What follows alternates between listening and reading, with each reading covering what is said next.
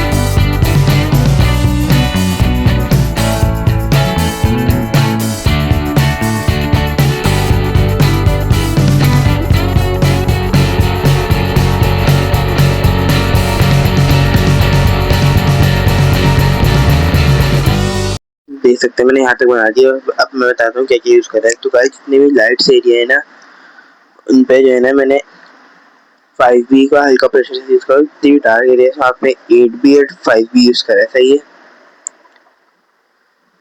तो जब भी आप ऐसी स्केच बनाओ तो वहाँ पे जो है आप लाइट एरिया और डार्क एरिया का ख्याल रखिएगा, क्योंकि आप उसका ख्याल रखिएगा जब भी आप सही बना पाएंगे स्केच।